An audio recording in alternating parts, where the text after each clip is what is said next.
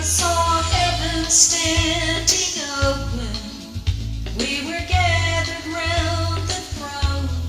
No more heartache, no more suffering, no more being alone. And then we all fell silent as we saw the King arise. He took his hand and gently wiped the tears from our eyes.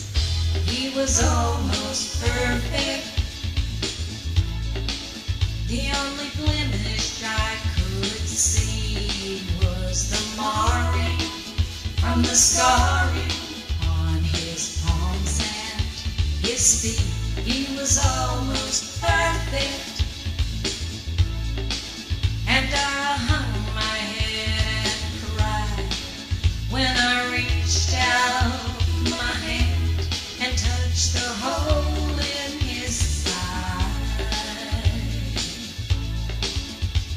And as we stood there weeping, he gathered every tear.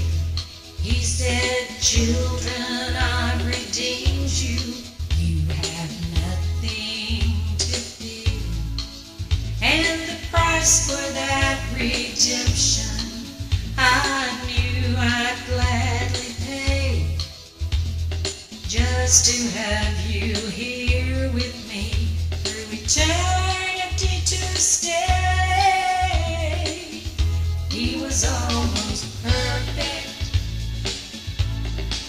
The only blemish I could see was the marring from the scarring on his palms and his feet. He was almost perfect.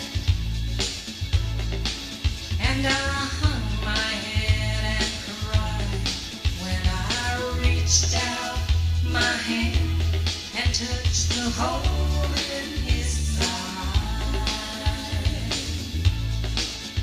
Now the world may view perfection as an outward beauty thing, but I knew what it really meant when I saw the King.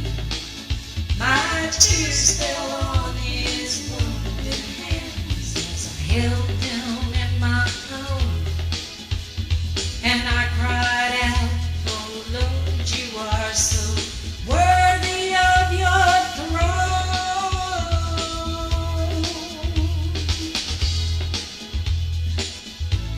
I started thinking about the many times I had failed him.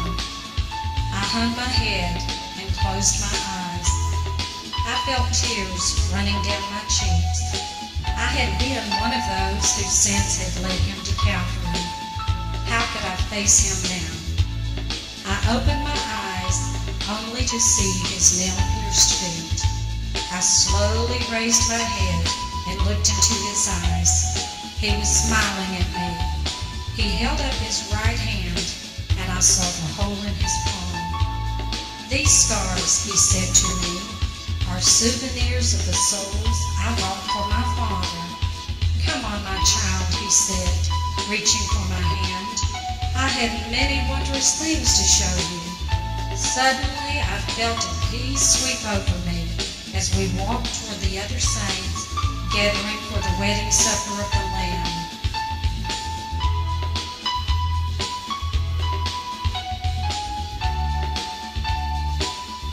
He was almost perfect. The only blemish I could see was the marring from the scarring on his palms and his feet. He was almost perfect. And I hung my head and cried when I saw how he was wounded for my sin and my pride.